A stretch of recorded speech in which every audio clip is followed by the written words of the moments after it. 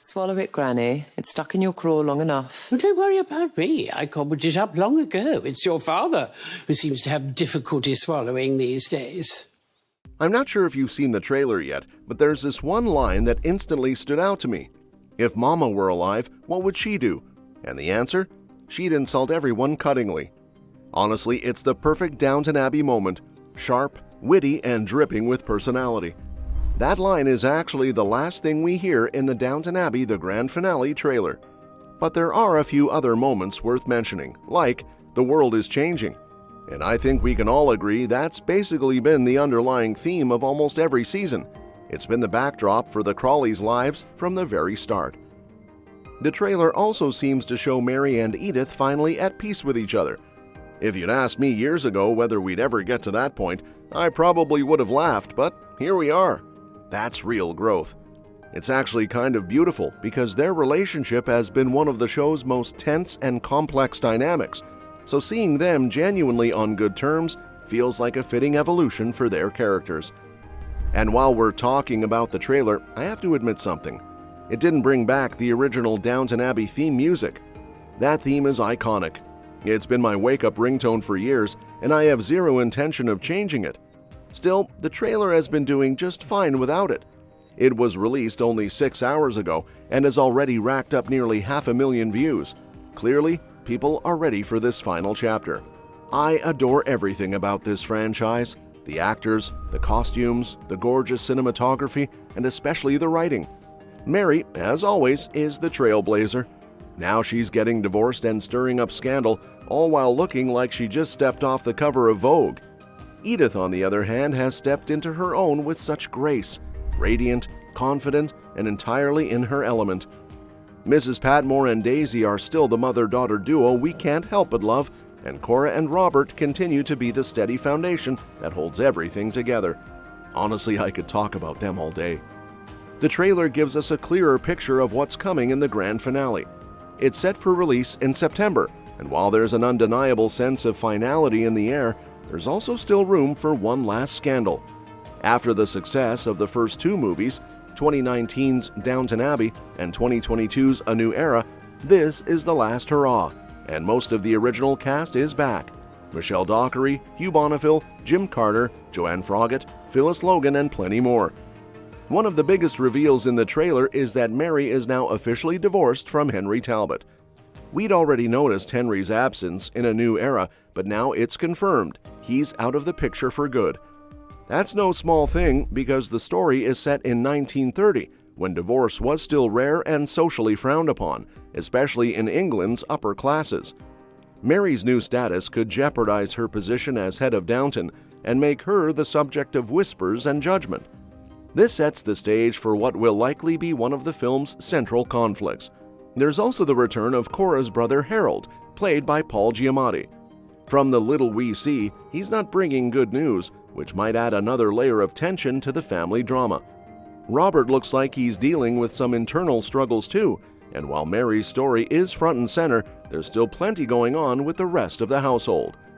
Mr. Carson, still serving as butler at the end of A New Era, might be facing another retirement. Thomas hasn't shown up in the footage at all yet, which makes me curious about his role. Anna and Bates seem happy enough, but their storyline is still a mystery for now. Even though the trailer is more plot-heavy than the teaser, there's still so much we don't know, and that's part of the fun. I'm genuinely excited to see where everyone ends up when the credits roll. This might be the last time we see these characters together, so every moment will count. Looking at the bigger picture, it's interesting to think about where the Downton Abbey world could go after this. The Crawley story has spanned generations, and there's a lot of potential for a prequel that goes back to the 19th century. Imagine seeing a young Violet Crawley, before she became the formidable Dowager Countess we know, navigating a very different era. We could watch the estate's history unfold before Robert took over as the 7th Earl of Grantham. Julian Fellowes, the creator, hasn't ruled out the idea of returning to Downton Abbey in the future, though he's hinted that if it happens, it wouldn't involve the original cast. That could mean exactly this kind of prequel. And let's be honest, if any character deserves her own backstory series, it's Violet. Maggie Smith made her one of the most beloved figures in the franchise, and a younger version could carry a whole new chapter of the Downton universe.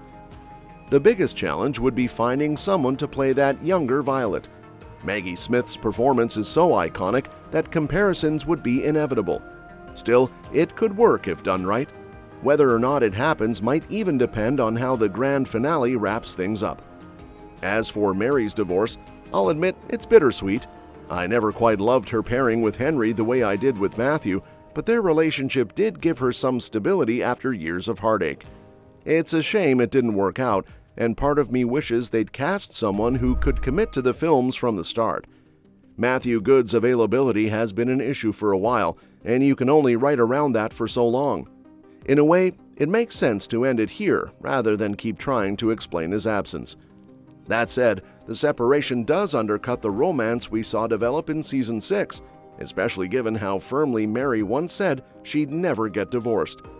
It's also a reminder of just how strong her first love story with Matthew was. That was lightning in a bottle. Still, this could be a blessing in disguise. Without Henry, Mary's free to have a fresh arc, whether that's finding new love or embracing independence.